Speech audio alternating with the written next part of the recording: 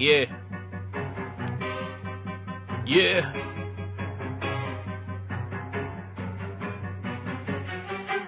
Guess who came back with a large fucking fist to eat the Brooklyn blast furnace? I brought your ugly bitch with me. Your shit is sus. Ain't nobody trying to hear you talk. When Jimmy's on the mic, they take your whack shit and turn it off. It's real life, not them stories that you punks say. He made it out alive, and he's relatively unscathed. So subscribe to the podcast and share the post and tell your stupid friends to do the same. You heard it here from Coast.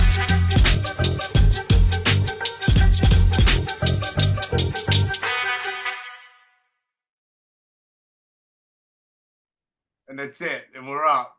Mike Valente, everybody. Yay. Bro, yay. You've been on here before. It was you and Ray and Andy that one time. You were all in like different states and shit. Remember? Oh, yeah. During the old fucking COVID fucking whatever shit. Call it.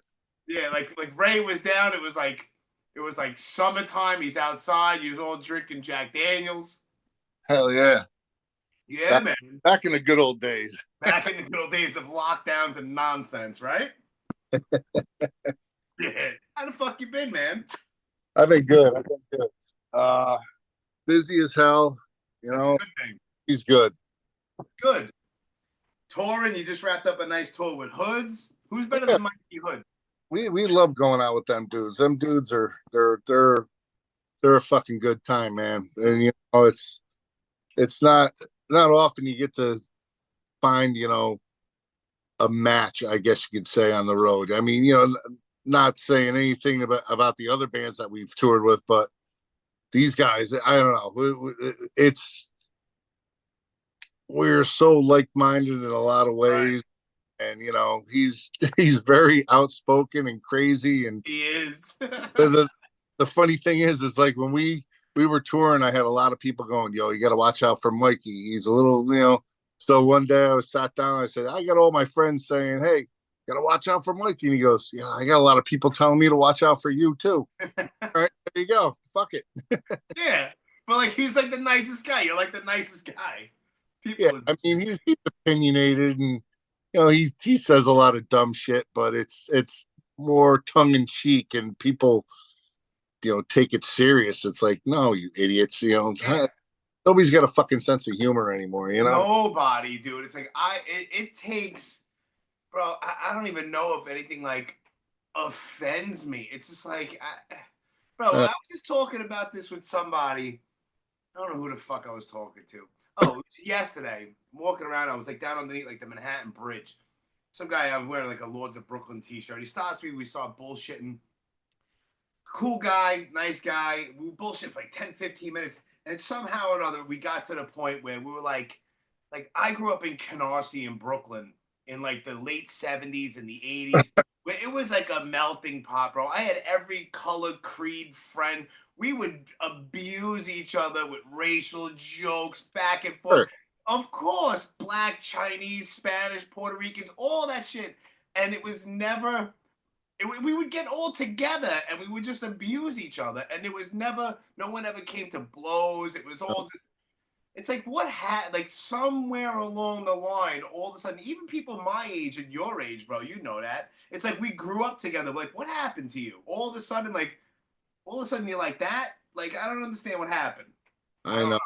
And you know, I catch myself a lot and I say a lot of things, you know, just busting balls, and I forget. I'm like, well, you know what? Not everybody's built the same, and not everybody comes from our generation either. You know, and it's just the generational thing I get, but people our age are like that too. Sometimes I find, I'm like, really, dude. And I know you since I'm 10. It's like, what happened? We did all the same shit back in the day. I know. But like over the last decade, you became like completely different, and I don't understand. However, I am the get off my lawn guy now. Oh, bro, me too. 100%. I don't have a lawn, but if I had one, I'd be throwing everybody off. Yo, it's funny story. So I'm sitting home and I hear the doorbell ring. I go outside and I'm like, there's nobody there. All right, you know, so you got to go to the cameras. I go to the cameras. These two little kids rang and ran. Awesome. All right. Good for them. That's cool. That's cool. And they're doing it to everybody in the neighborhood. The only thing is, I got a German Shepherd, and Oh. they were running through the backyard. Okay, so I just went to the house. I knocked on the door and I said, "Hey, listen." I told him, I said, "Yo, your kids are just ringing and running." I said, "I don't want to get them in trouble. All I want." And when the guy answered the door, he had a pit bull. I said, "If I were to run through your backyard, you wouldn't want to be responsible for what your dog does." Of course. Oh, I said, "These kids are just running through the yard."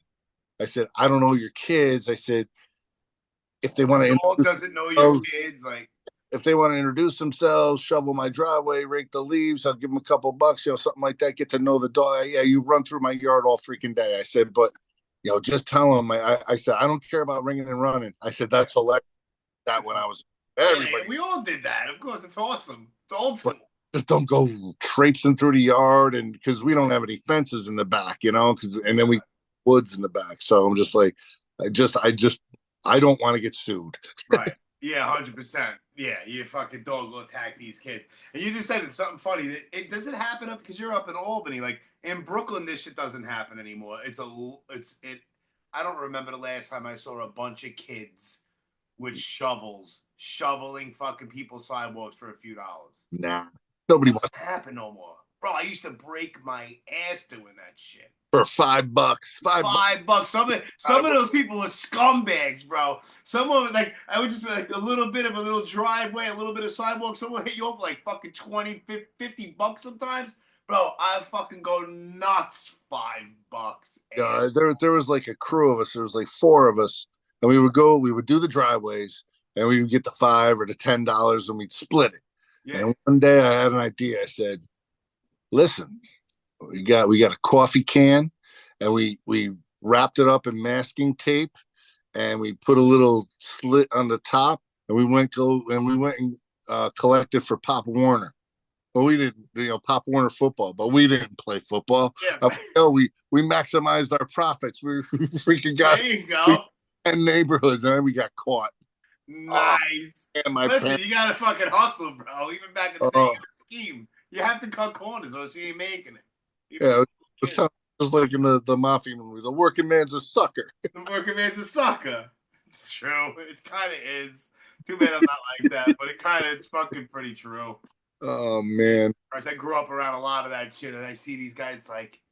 It's like Sunday football day. It's like, that was like bread and butter in my house. It was like bread and butter, and it's like my stepfather was one of them guys. It's like, you just won like $38,000 on a fucking Sunday. Like, really? Like, yeah. It's not even normal. Not even fucking normal. There I am working at a bagel store, fucking breaking my ass. Yep. Fucking crazy, man. Shit. So where do you want to start? I know you probably don't want to go all the way back to fucking stupid white boy records and spare change records, do you?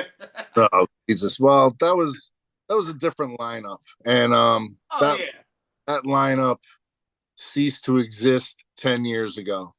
And well, everybody, because it was kind of and that lineup was we didn't tour. We didn't really do too much because I remember when we first got together, I said, "Please, let's just try and do this," and da da da da da. And they did, and they got jobs, they got families, they did everything. I'm like, like, come on, guys, stick to the plan. They didn't. So 10 years, and then we did get a tour with Biohazard in 2014, and this is with the old lineup, and it started flaming out while we were on tour. 2014 was that when Evan was back briefly? Was the OG briefly? Roberts. Okay. Did a short Canada run with them guys, and I was texting Ray at that time and letting him know that the singer was starting to flame out, and the guy did some shit over the past 10 years. I just didn't like him. The band really wasn't fun, to tell you the truth, at that last juncture. Right. And when he started flaming out, I kept texting Ray, and Ray's like, "Yo, I'll fill in for whenever you want." I said, "Okay." So at the end of that tour, we got offered a Madball tour in Canada. And I hit Ray up. I said, "Yo," I said, "I don't want to do the tour with this kid. I said, "Can you want to do the tour?" He said, "Absolutely." So we learned the songs. We went, and Ray's been in ever since. So Okay. I would like to start with the Ray era. So that's the era that we actually started doing stuff. I mean, This world, my enemy from that point on. yeah, because that's when we started getting taken serious, Yeah. and the lineup, the singer of the old lineup really put us behind the eight ball. We had a major showcase for. I'm not going to drag names into it, but Right. had We don't have to do a any of that. showcase with label and tours and money, and it was like, yeah, we had contracts ready for us, and the motherfucker drunk and just went home. We didn't even play because we couldn't find him. He just got drunk and went home. So Oh, that's yeah. So that's nail in the coffin shit, man. That's yeah. fucked So like I said, once Ray got in the band, it was like my blood pressure went fucking right down. Yeah, yeah, I'm sure. Became fun again, Yeah, man. See, like I'm glad because those records, Pull the Trigger and Wings of Angels and Severed Ties, all that's like I have all those records and those CDs. So, but I like some of that shit, man. That shit is Sure. fucking dope. Like I don't know the personal stuff, but bro, like that shit is fucking like. And I'm also happy that eventually you guys wound up re-recording a few of those songs Yeah. with Ray. Like, Can't Be Broken and Tearing Down and Infiltrating shit. Like, I'm like, all right, here we go.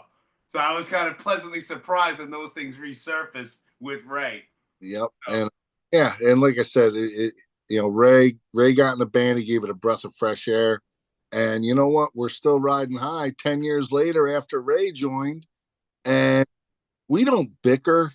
We don't fight. We don't argue. It's just like we're grown men. We just do yeah, I grown. was just going to say, you're adults. It's like there should not be any nonsense. Yeah, there's no fucking power struggles. There's no egos. There's none of that shit. We we're out to fucking smoke cigars, drink some whiskey, play some music. It shouldn't be more complicated than that, man. Nope. People like to complicate like the easiest, most simple shit. I get it. People are people. But it's just like, come on, man. You're a fun bunch of guys. You play fucking crazy fucking music. You smoke cigars. You drink whiskey, and you fucking play. You have a good time. It's all about having a good fucking time and getting some kids Yes. to go crazy. Yes, that's it. I saw your little reel thing. You were like, yeah, we just wrapped up, but we had a knockout. So Yeah. So like that's fun. Fuck it. Yeah, man. So I mean, you guys put out four records, and you guys are working on something else, no? Yeah. You're over at Joey Z's. Who's better than Joey Z, man? What a good Listen, guy. tell you what, the last guy that produced our last two records did great. He was great. It was easy to work with. Working with Joey Z, we sparked a conversation when I had him upstate, and I just followed through with it. And I listened to some of the stuff that he did, and it was really great work. And so now we're in the studio. We're doing 5 songs with him. Just do an EP, and then being in the studio, he's I told him to act as a producer. I said, produce, boss me around, tell me what you need from me. It's the last guy he was more of an engineer, not a producer. He was just like, okay, we played the stuff. He goes, yeah, that was good. Okay, that's it. All right. Joey Z's like, yeah, that was good. Let's do it again. Oh, that was even better. Let's do it again. Do it again. Do it again. Do it again. Next thing I know, the 5 songs that we're working on, just guitars, has taken me 16 hours. Okay. And it wasn't because we were making a lot of mistakes. It was just wants more. And he pushed me to the point where, okay, we're starting to go to, all right, let's stop. Let's go to the next song. Gotcha. And, I mean, my back was killing my wrist. Christ, I'm fucking old. Yeah. But he's so personable. And you know what? I can't say enough great things about Joe. Me neither. Such a nice guy, and it makes you feel right at home. It's like I've known him for 50 years, Yeah. I met Joey Z early 90s. I mean, from Brooklyn. So it's like, and it's funny, man. Like it makes no sense why I have such a good memory. It makes no sense. Fucking drugs and booze for years and years like an animal. It makes no sense. But this was a few years back. It was like Walls of Jericho was playing with Life of Agony at Starland here in Jersey. And I was with Rob Castoria, who is I know Rob. Yeah, I know Rob. Everyone knows Rob. So he was helping out Joey Z, and he got me in, and we were bullshitting. And I haven't seen Joey Z in person in a long time, like years. I'm like, yo, what's up? He's like, yo, Jimmy. Like, automatically remembered me. I'm like, all right, well, that's kind of cool. Like, he has a crazy memory too, right off the bat. And I was like, dude, one of the last times I spoke to you, I was like, I saw you guys at L'Amour's. Bro, I'm talking, this is like before River Runs Red. This is like 93, bro. I was like, and the next day I saw him at L'Amour's, and then the next day I was on Flatbush Avenue, this whole long strip of bars. I was outside this place called Vic's Moonbeam. I was outside with a beer, smoking a cigarette, bullshit with somebody, and I had my brand new Life of Agony shirt that I bought the day before. And I had my bag on. He's like, yo, man, nice shirt. And I turned around, it was Joey Z. I'm like, oh, yeah, blah, blah, blah, what's up? And it said respect on the back, and it was a pile of dead bodies. So at Starland, I'm talking with him. I'm like, yeah, the last time I saw you was on Flatbush Avenue. He went, yeah, the respect shirt. I'm just like, what? Dude, that was 30 years ago, like a 10-second fucking conversation, and he remembered. Yeah. Like, how is that possible? Like me, I'm like a knucklehead from you're touring the world and all that, but you remembered that. I was like, wow, that's kind of fucking, that's cool. Like, he's a very, very, very personable guy, and I had him on here a while back. I should get him back on if he's not busy. But we were bullshitting for like fucking an hour and a half, 2 hours, like it was nothing. Great guy. All those guys, man, and girl. But, all of them, you know. No, but he's doing really good for us. He's making us work. Next up, we got Andy's got to go in, and then Ray, and then do some finishing touches. So we're looking to get this out in spring. Okay. Any working titles? Do you want to put that out there or no? Right now, no. But I got one in my head called "Discipline Outweighs Regret." Okay. I don't know. Like I said, I got to see what kind of lyrics Ray's going to come up with, and so. Does Ray write all the lyrics, all of his own lyrics? I would say 95 to 98%. I'll throw some stuff in there, but yeah, I used to write a lot more lyrics, but I like Ray's content, and him. Our structure is just drinking, fighting, and all that shit. It's just everyday shit, no politics, none of that shit. So yeah, we don't need to dip into that. Everyone's doing that shit. You don't have to do that shit. Yeah, man. So you know what I wanted to ask you, because I was honestly, I'm not going to sit here and bullshit you. I was kind of unaware, for whatever reason, of these Extreme Music Awards, bro. Well, last year was the first year that we did it. You created this whole thing? Yeah. So yeah, take me through like what the like. So the process happened. So Brick by Brick got nominated for 2 separate award shows locally up here, and it was like right after COVID and all that shit. And I'm like, I've never been nominated for an award. Fuck it, I'm gonna go see what's up. And the first one we went to, and the categories were good. And this other band won. And I'm like, oh, all right, clap, clap, clap. But seeing that I've been in the scene for 30 plus years and I never heard of the band that won, of course, I got to get on my phone and look them up. And they got like 134 followers on Instagram. And I'm like, oh, well, whatever. So whatever, I got talking to somebody and they're like, oh, well, it's a thing that you can vote as many times as you want. I'm like, oh, I didn't even know. So obviously, so there's a loophole there. So the band voted for himself 9 million times and won. Okay, whatever. So it's like being the smartest retard, I guess. Right. So anyway, I say retard. I don't care what anyone thinks. You know what I'm saying. Anyway, listen. You don't have to fucking bleep it out. Bleep it out. I'm not bleeping shit. All right.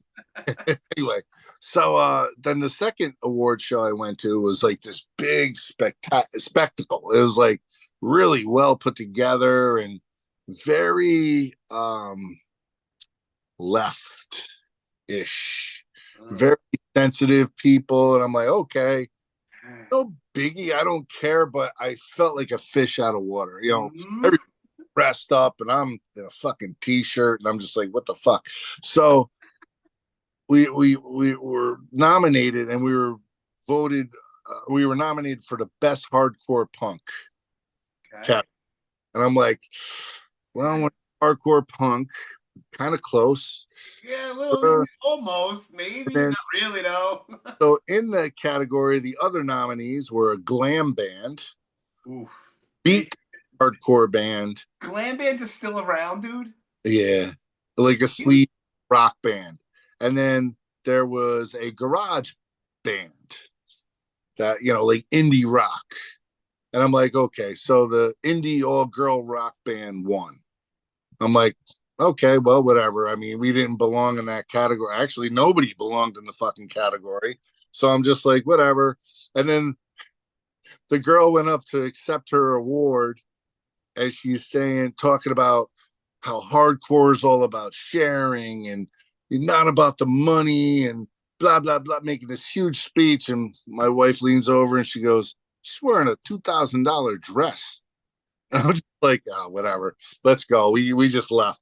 And I'm sitting there and I'm just like, props to your wife for calling her out. No, just like that. I was just like, she's whatever. I don't, Yeah.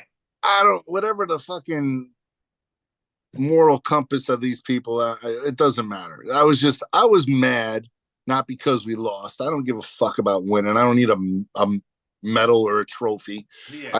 I am. I just went just to see if I knew people, and I barely knew anybody at this fucking thing. Anyway, so I'm just like, you know what? Then it got me thinking, and I remember when Jethro Tull won Best Heavy Metal back in Metallica. That was a huge thing, bro. Like, you know what? Nobody knows what the fuck they're talking about when it comes to metal or punk or hardcore or anything. So I'm like, you know what? I'm going to do my own award show. I'm going to keep it local because that's what I know. A lot of people have been asking me to make it bigger and go. I'm like, I don't even know how. I don't even know what I would need to do, but we're just going to keep it local for now. And I got a little committee together and I said, the one thing that these other award shows don't have is some pizzazz. They don't have, they don't have any draw factor. It's local bands seeing other local bands, kissing other local bands' asses. Yeah. And it's like, it sucks. So I wanted to start getting people that represented the extreme music community on a bigger level. And I was like, how awesome would it be to get your fucking best thrash band award handed to you by the guitarist of Slayer? Sick. I'm like, thinking. So then I just started diving in, hitting up all my contacts. Warren Lee helped me, Scott Lee, bunch of people. Warren Lee's a fucking great guy to have in your fucking back pocket, man. So I just thought, so last year came together so easy, and we were just throwing shit at a wall, seeing what stuck, and it all stuck. And I remember being there. We were there all day setting up, and it was like an hour before doors, and I went outside to get a breath of air, and the line was around the fucking block, and I was like, holy fuck, it's like a sold out show. What the fuck? But that's awesome. And I got Jason Bittner from Overkill, not Overkill anymore, but he's in Category 7, Shadows Fall. He organizes the All-Star Jam. So, all the people that are presenting are also going to be playing. So last year I got to jam with Overkill. I got to play Overkill songs with Blitz and awesome. Phil Hemmel and fucking Jack Gibson from Exodus. And it's like, that was fucking awesome. Yeah. Hey. Yeah, man. Phil Demo's a good dude. I had him on here. I was like, what the fuck? Sometimes I have like that moment, bro, because I'm not going to sit here and be like, oh, like, I don't get like I'm not going to say starstruck at all, but I'm going to say like, yo, like, I remember listening to fucking Eternal Nightmare when I was like 15, and I'm like, yo, I'm bullshit with this guy. And he's sitting in his old bedroom of the house that he bought from his parents.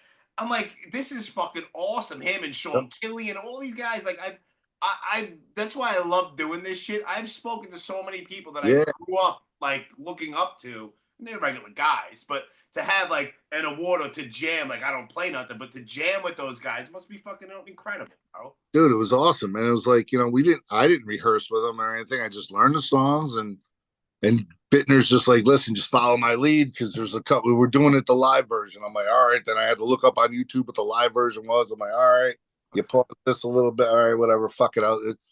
I'm gonna wing it almost. We won, and it's online, and also Mark Rizzo played on that song too. So it was just phenomenal. And there's this local kid up here, Nick Stamus, that held it down. He's like Jason's right hand man in the All-Star Jam. He helps organize it and stuff. Great young fucking guitarist. He's fucking phenomenal. Yeah. So basically, it all just went off without a hitch, and the support that we got was astronomical. I was just like, wow, this is fucking cool. So now we're on our second one, and we already got, we got a killer lineup of presenters and people in the All-Star Jam. We raised the bar a little bit from last year. You have to. Last year, Gary Holt was supposed to come in, but the weather and stuff. But this year, he's coming back. He's going to do it. So he's confirmed, and that's all I can really say. Yeah, so, I get it. December. I've never met the guy, but I've heard nothing but awesome shit about Gary Holt. How he's a fucking sweetheart of a guy. Fucking great. I don't know if you remember, but Brick by Brick did a Slayer ripoff shirt. Yes. Had like the pentagram with the Brick by Brick Slayer font.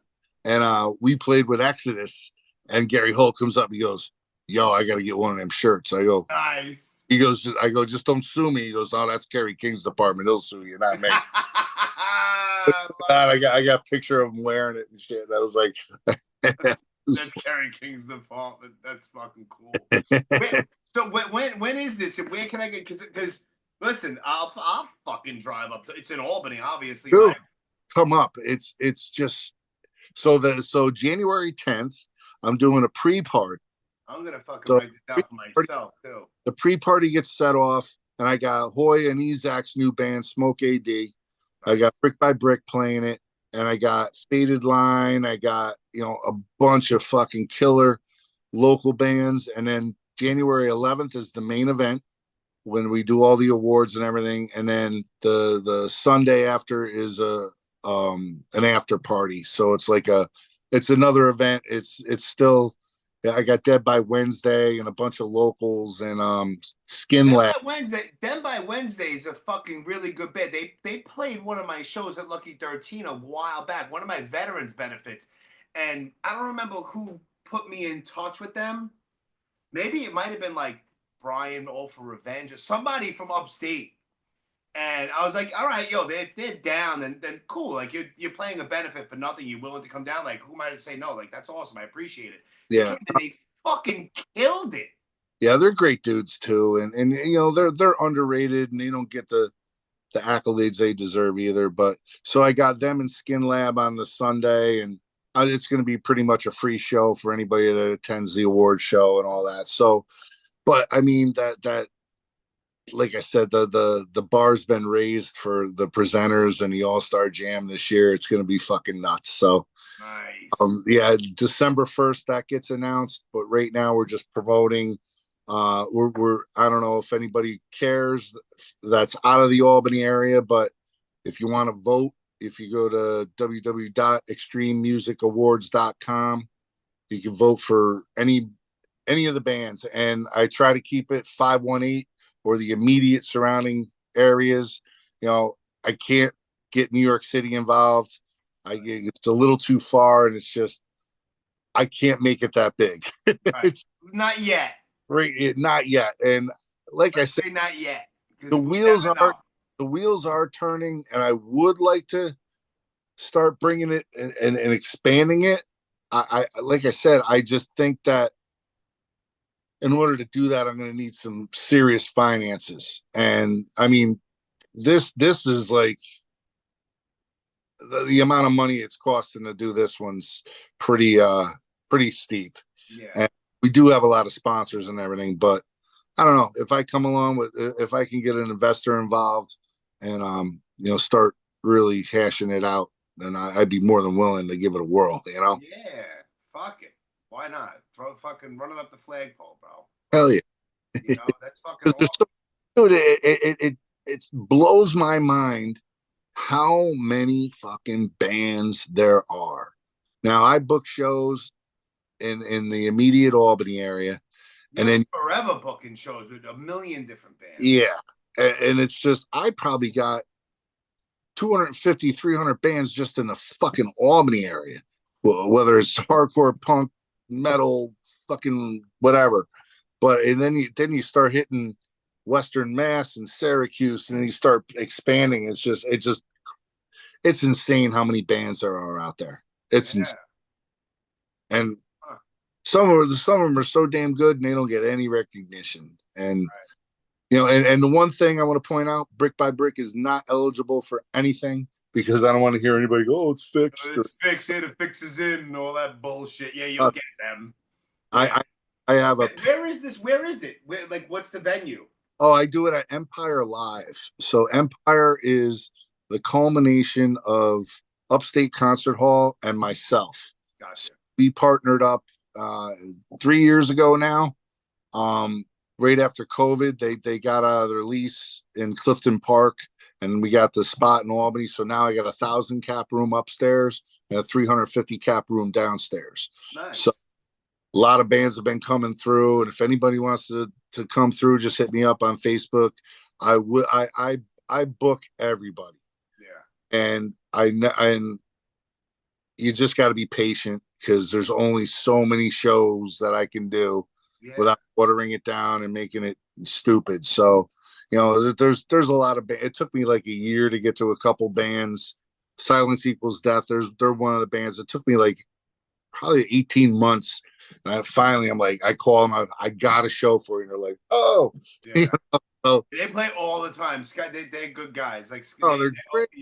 They're great dudes. And like I said, I mean, the local bands, they move tickets. And I know, bands from New York City are not gonna, unless they got a little bit of a name and then, whatever. But everything's done mathematically and fair. So, right. But there you have it. So right in the heart of Albany, and it's real easy to get to. There's a hotel right across the street. Everything's cheap. It's not New York City prices. I promise. I know, it's fucking nuts. I go on these crazy road trips. I'm staying in like a 4-star hotel in some weird place in Oklahoma. Why are you charging me $70? It's just how are you even open? It's like, how are you even open? It's fucking not even normal. But it's like, all right, because I'm in the middle of fucking nowhere, Oklahoma. But like, why is there a giant hotel here? No one lives here. Like, I don't understand it. But I don't understand it, bro. But I'm like, all right, $70. You can't get an hourly rate around here for that shit. Yeah, I know. Yeah, so that's the extent of that, and I'm real happy with the committee that we got together for this thing. Everybody's got tons of experience, and when we were picking the nominees, it was a battle because it's done truthfully. It's not fucking just putting your friend's band in there. It's like, got to earn it, so there's a lot of people that have difference of opinions, and we get into some debates and little arguments. Yeah, it's good. I love the process. The process is so fair. Nice. Yeah, so January 10th is the pre-show, January 11th is the whole thing, and the 12th is the after party. Yep. So come. I'll fucking get tickets. I'll get the fucking hotel room. I'll fucking go up there. Get a hotel room, get snockered with me, and I don't drink though.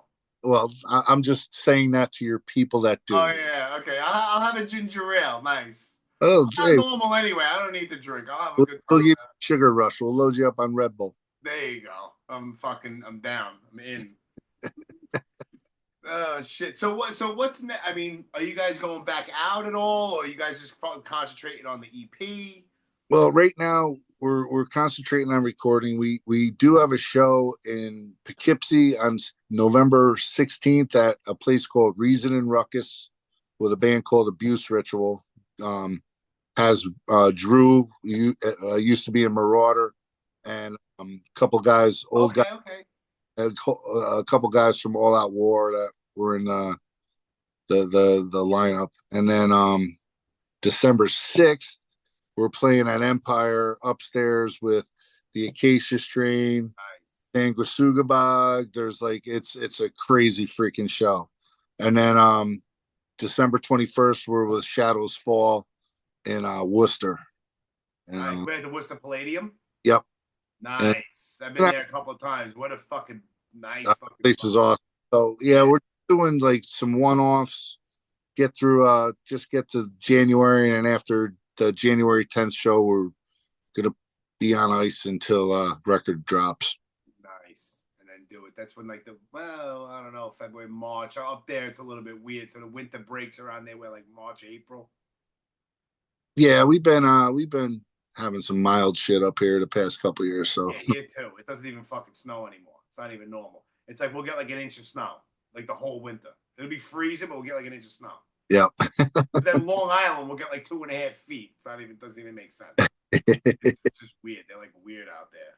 Yeah, that's pretty much it with Brick by Brick. Just but yeah, once this thing drops, we already got some shit in the works for next year, so we'll be hitting the road again. I saw, obviously you're not going to say anything, but I saw your little teaser about your spring hardcore show, like the hardcore show of hardcore shows. Yeah, I'm really excited. You know, is that going to be at Empire too? It'll be at Empire. It's some younger hardcore bands that are going to be touring that are, it'll be awesome. All right, good shit, man. Good stuff. Yo, how did you know? Because I went to go see Ill Bill and Czarface show Inspect the Deck from Wu-Tang and shit the last Thursday at the Brooklyn Monarch, and that kid Ocelot, I had never heard of him. I'm like, Ocelot. I'm like, why are you naming yourself after like a medium-sized feline? Like that's it. I'm like, why are you calling yourself Ocelot? But then me and this guy Coast, who's from Long Island, he was rapping with Diabolic. Good dude. Another very underrated guy who needs a little bit of fucking props. But me and Coast and Ocelot were bullshitting outside in like the back in the garden area, back where you're in Black and Blue where all the merch is in the back. We're all bullshit out there. Super, super fucking nice guy. And you're like, yeah, that's Ocelot. Like he played and he got beat by fucking some promoter. That's terrible. Well, no, what happened was so we had the Czarface show at Empire as well. And so good. Ocelot was the acting tour manager as well as a performer. So he was direct support. However, the headliner is just like, hey, we need you to come get us. And he's like, well, I'm on in 5 minutes. So like, yeah, we want. So he gave up his spot to perform to go pick them up. And then they come back. And then I told him, I said, you should go on. He goes, no, they're going to go on. Well, then they delayed for like a half hour, 40 minutes. And I'm like, dude, you could have went on. You could have went on.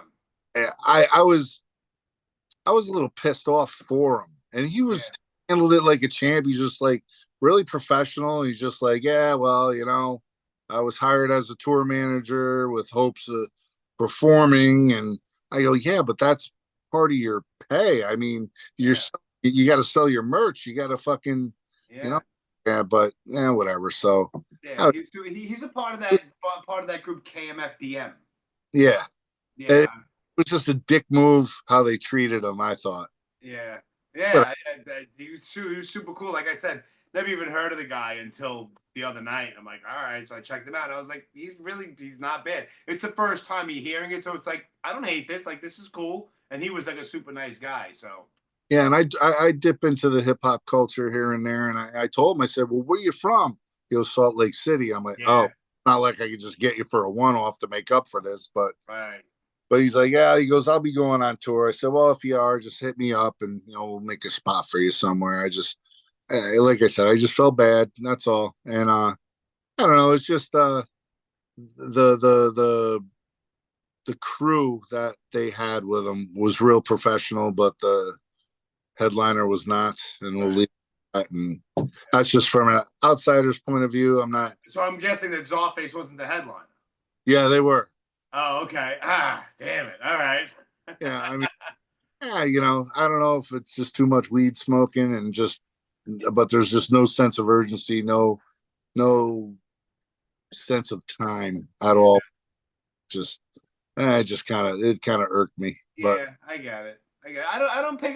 I don't see you as like you really dipping into the hip hop that much. I love like this new like this stuff on the radio. I couldn't tell you anything about it, but like all the underground shit, like Vinny Paz and all the Ill Bill stuff and all that grimy underground. yeah, I mean, it's great. Like people don't even realize.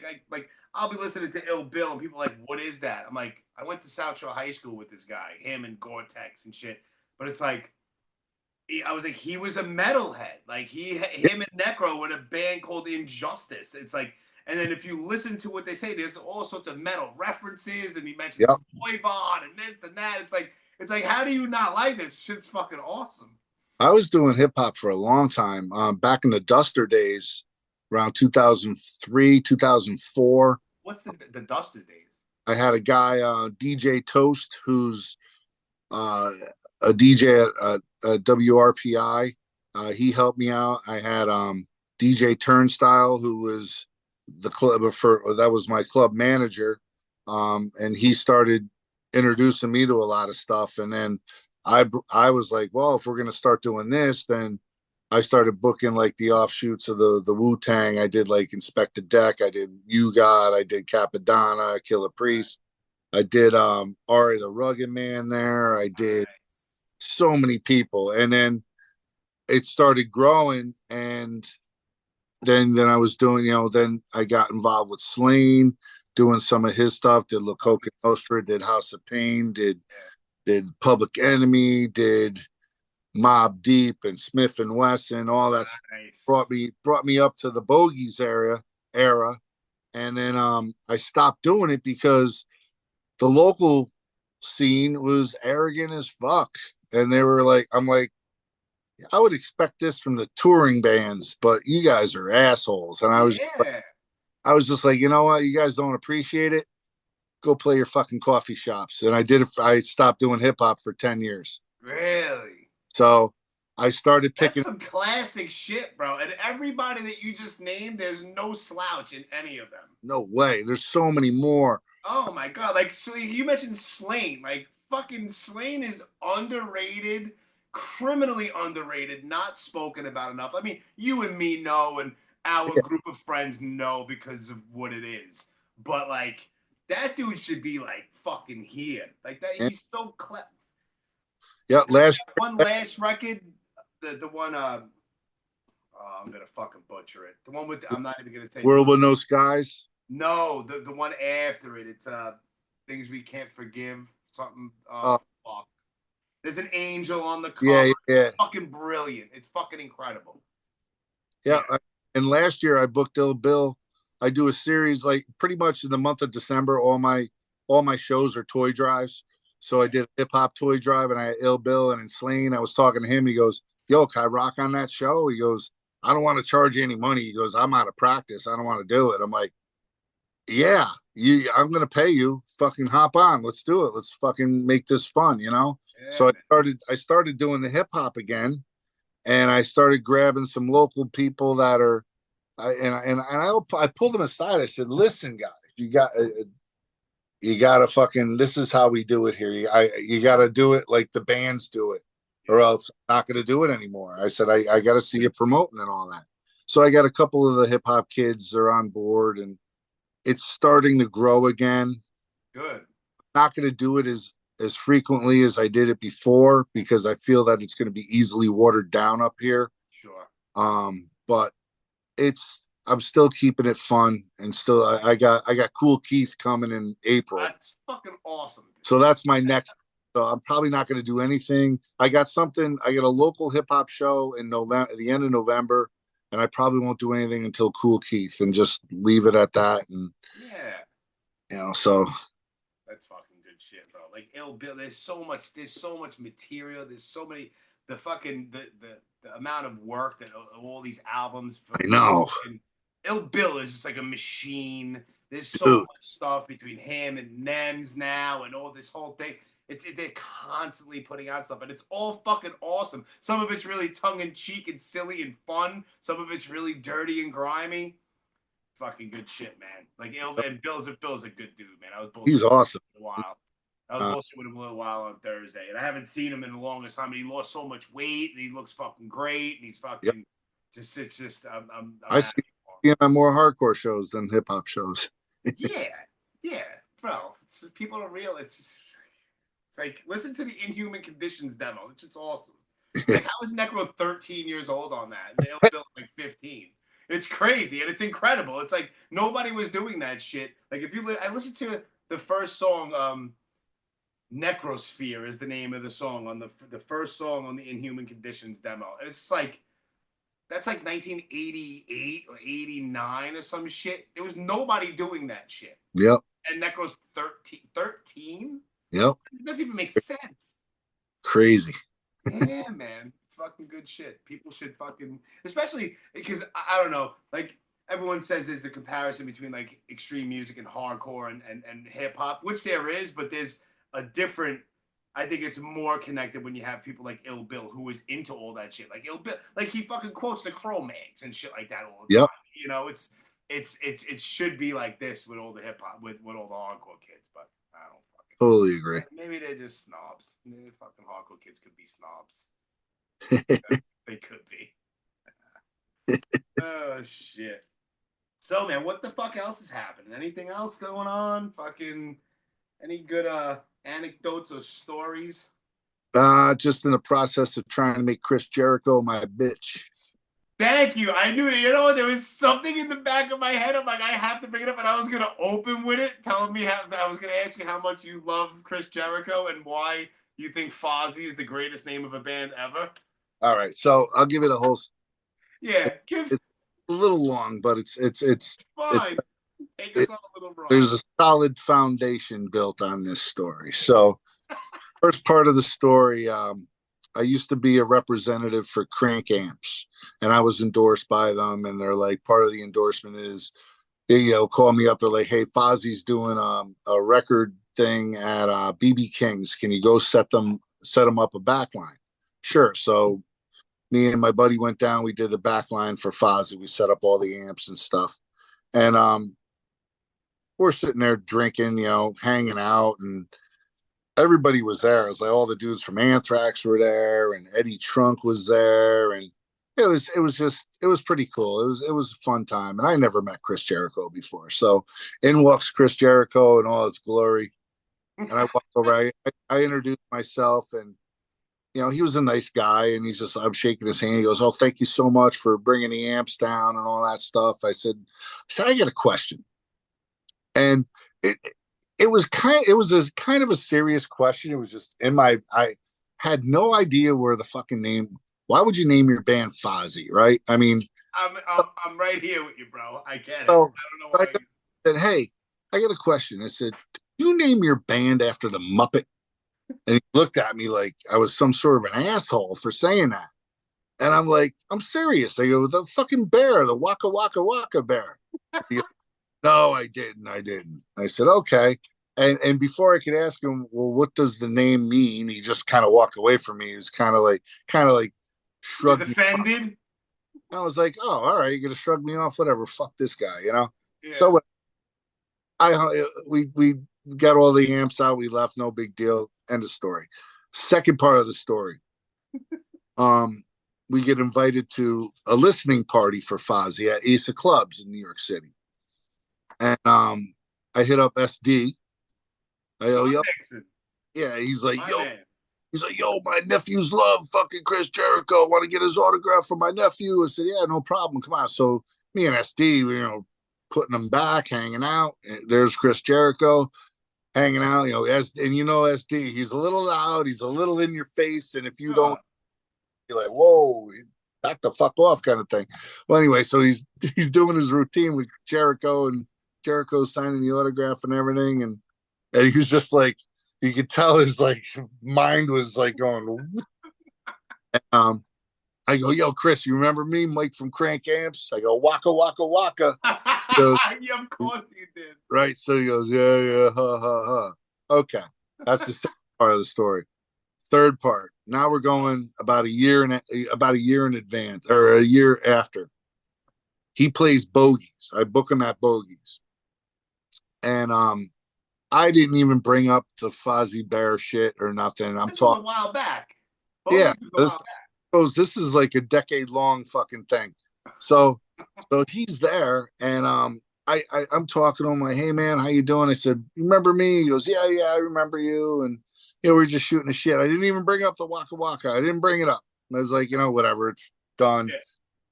So I asked him. I said, "Listen, I got a friend of mine. He got hit by a drunk driver, and he's in a wheelchair.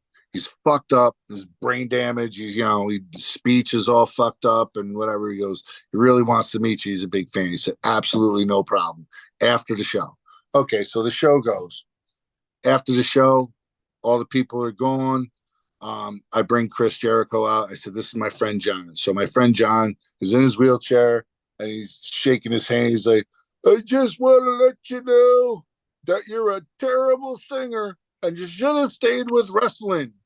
And he won't let go of his hand as he's shaking it. And I'm just like, oh my fucking God, what are you doing, bro? Right? Chris Jericho looks at me like I fucking set him up. Yeah. And I'm like, I'm looking at him and I'm like, I kind of realized this and I just laughed and I just go, "Waka waka, motherfucker." And pissed off. He got pissed off and he fucking storms out of the fucking place onto the tour bus. Yeah, it was a thing. And I'm like, all right, whatever. Fuck's your problem? And he's just laughing. He's like, "Fuck that guy." Yeah, no. I'm like, all right, whatever. So that's the end of that one. Absolutely would be looking like exactly like a setup. Dude, and I swear to God, I didn't do it. So the next part of the story is I'm working at Upstate Concert Hall and they go, "Hey, can you come in early and do security for Fozzy's meet and greet?" Sure, no problem, whatever. I'm sitting there, I'm like, oh, this is going to be interesting, right? But place of pizza, I'm sitting at the table. Chris Jericho's sitting there signing. He's all smiles, shaking hands, da. He makes eye contact with me, and his face just goes, he's stone fucking pissed off, right? He's looking at me, and I'm looking at him. I'm eating a piece of pizza. I'm just smiling at him, right? So he gets after the meet and greet and goes in the back, and I grab the tour manager. I go, "Yo, is Chris in the back?" He goes, "Oh, he's going to dinner." He goes, I said, "Oh, do me a favor and tell him that Mike Valente from Crank Amps says waka waka waka." He goes, "What's that mean?" I go, "It's an inside joke. He'll think it's hilarious." Goes, nice. So I'm wristbanding people, letting the people in and all that stuff. And I see the tour manager go, "Hey, yo, did you get that message to Chris?" He goes, he's not happy at all about that at all. I'm like, all right, whatever. So I finished my job at the door. So now Fozzy's on stage. So the second half of his performance, I just stand on the side, my arms folded. I'm just like going, waka, waka, waka. And the tour manager is telling me to leave. I'm like, "Get the fuck out of here. I'm not going anywhere." They're trying to get me thrown out. I can't do it. Right. Yeah. Harassed them a little bit, right?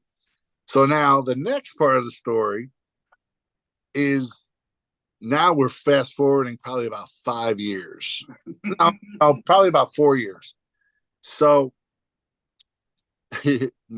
AEW is at the arena near my house.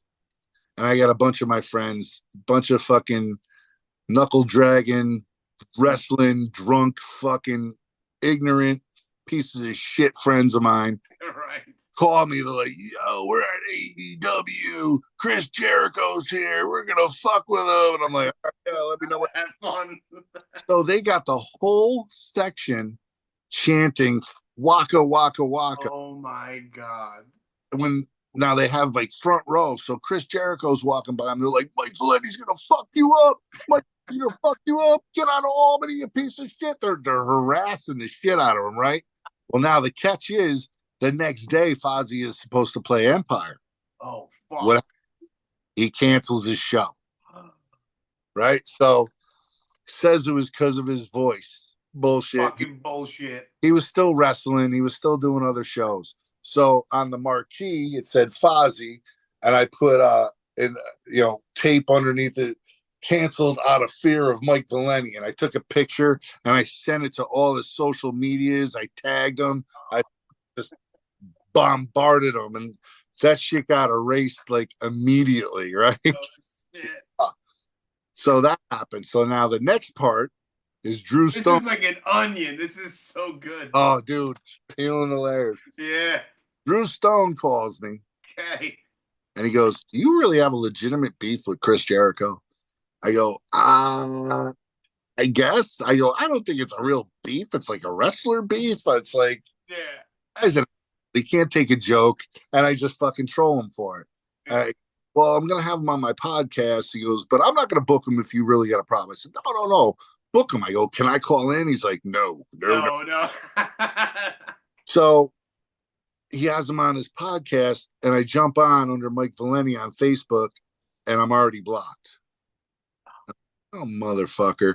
So then I jump on his Upstate Black and Blue. I start waka, waka, waka, waka, waka in the comments, just fucking with him. Then I get kicked off. So then I jump on his Brick by Brick. And he's like, fuck you. All this shit. Then I get like some notice from Facebook saying I'm being threatened with bullying and all this stuff. Fuck it. And I jumped off. So, I mean, I don't know if you saw any of them comments, but whatever. But other people were doing it too, and it was just fun. They were. So now, here is the latest. Awesome. I love that you're eating this shit up. It's hilarious. And it's gonna keep going. I'm just gonna keep. It has to. So, yeah, Fozzy played last weekend at Empire. Okay. I don't know. Well, I haven't posted any photos yet, and there's a reason. So, hang on 1 second. Hang on. I'm waiting, bro. Hang on. Fucking awesome. So I show up in this. Of course you do. I got a full Fozzy the Bear fucking outfit. And I ran off about 100 flyers that say Waka Waka Waka. I had kids making their own Fozzy signs, Waka Waka Waka. There was only 160 people at the show, and out of the 160 people, there's probably 75 people holding up signs, and me and a giant Fozzy the Bear fucking outfit. Right? So he would not make eye contact with me while he was singing. Right. And he laughed it off and blah blah blah blah blah. So I left. I'm like, oh, whatever. He didn't do anything. I'm done. Right. Well, end of the night, he fucking had a motherfucking breakdown.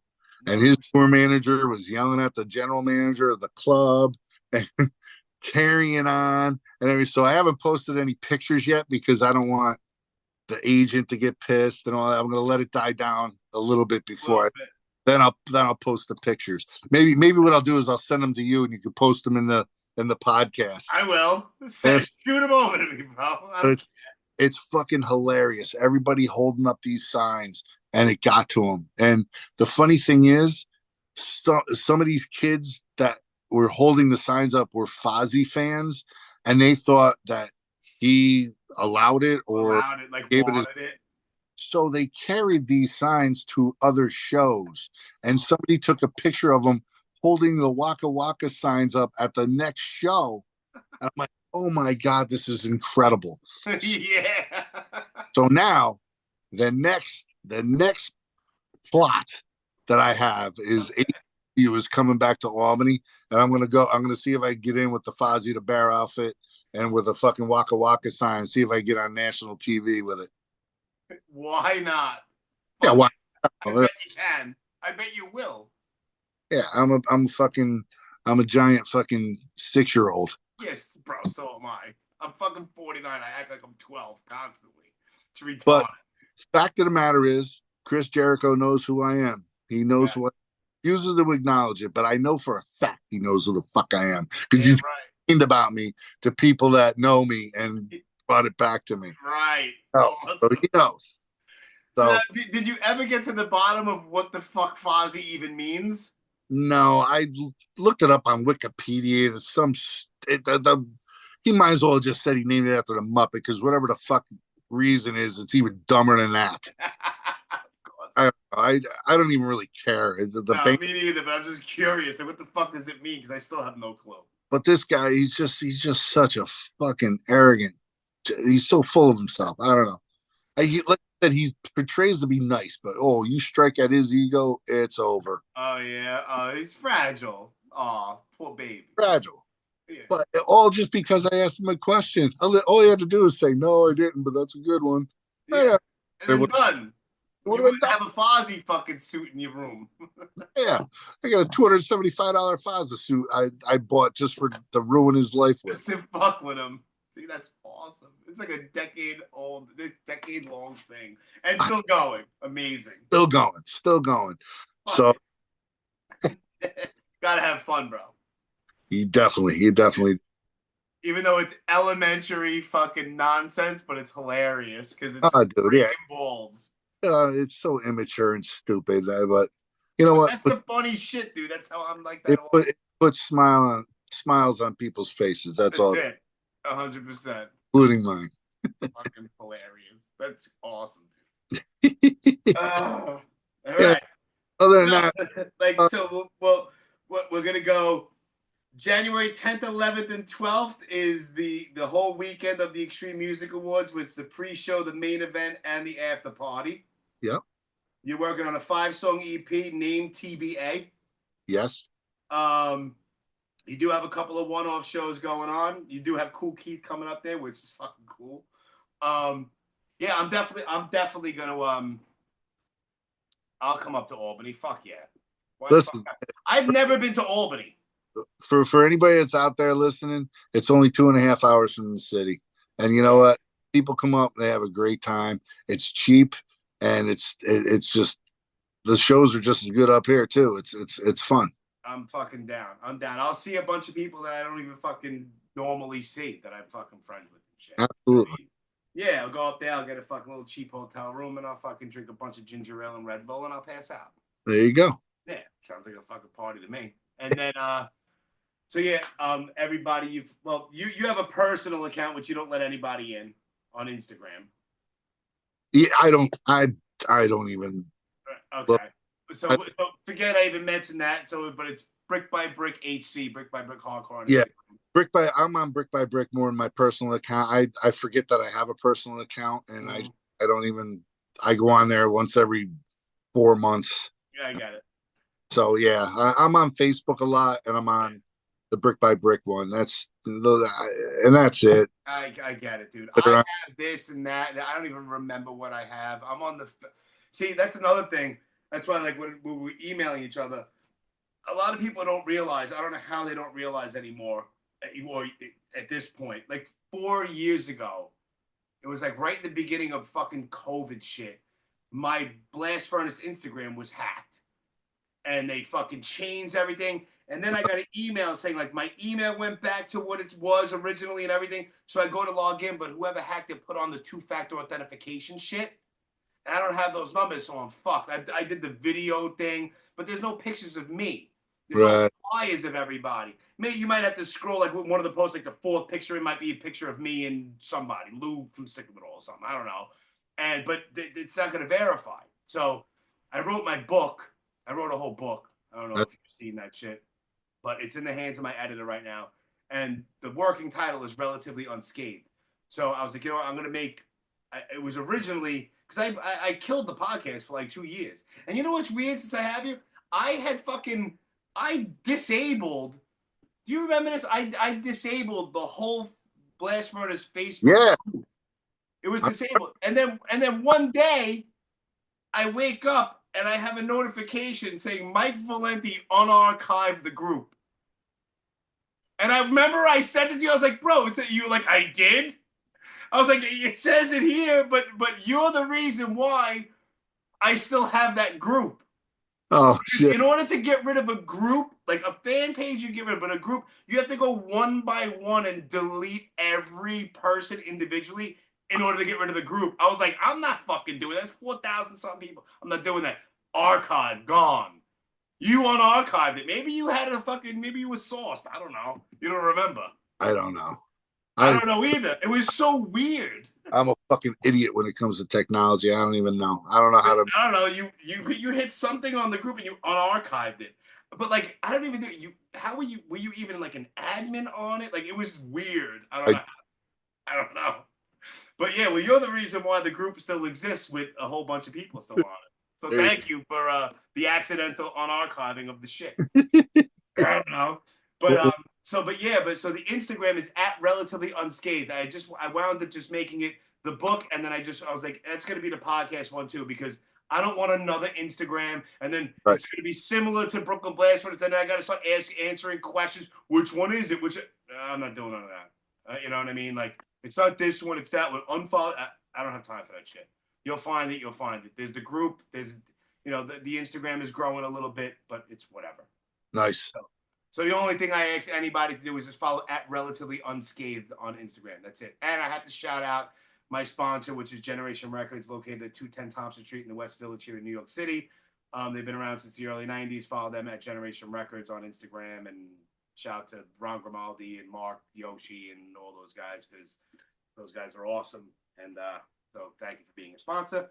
And yeah, Brick by fucking Brick coming back at you with a fucking 5-song EP. Can't wait. Fuck yeah. Yeah, man. Well, if I don't see you beforehand, which I probably won't, because you probably won't be down in the city. There's no big events or anything like that. So next time I'll see you on fucking January 10th, upstate, on your territory. Oh, looking forward to it, man. Yeah, man. Fucking always good to see you, man. You're a great dude. And I'll be, I've never been to Albany, so I'll go up and fucking hang for the weekend. Fuck it. There you go. All right, good. It's the date. Yes, sir. My man, Mike, this was fun. Then we talked about hip hop and fucking. It's not like, oh, so what got you into music? Fuck that. You know what I mean? So what made you pick up a guitar? And pictures for the Fozzy thing. You can post those up. Shoot them up, and yeah. So the flyer that I made, as soon as this will be a couple of days, because I send this off to someone, he edits it, and then he'll send it back to me. And then as soon as I put it, I'll tag you and everything. You'll know right before. Like, I'll be like, all right, I got it. I'm gonna post it later on tonight or whatever. I'll let you know. And all right. Trust me, you'll be in the loop. You'll know. You'll be tagged everywhere. And but send me all that stuff beforehand or whatever you want, and I'll keep it in my phone. And then when I post it on Instagram and shit, then I'll when you scroll like this, I'll throw a couple of them in there. Awesome. Should I tag him? You want me to tag him too? Fuck it. I'll invite him as a collaborator, so it goes. If he accepts it, it goes up to his page too, so everyone sees it. I don't care. I'll join the fucking party. I don't care. I like stupid shit. I'm in. Waka waka. Yes, sir. My man. All right, bro. I appreciate it. And thank you for your time, bro. Always a pleasure, brother. Thank you. I appreciate it, brother. Anytime. When the EP comes out, you come back on. You know what you do? You come back on, we'll do like a whole big fucking wrap-up report about the Extreme Music Awards. All right, let's do it. Yeah, we'll get somebody else on. Maybe we'll have a whole fucking circle jerk. All right. Sounds My man. Be safe, brother. I'll see you, bro. Thank you. Anytime.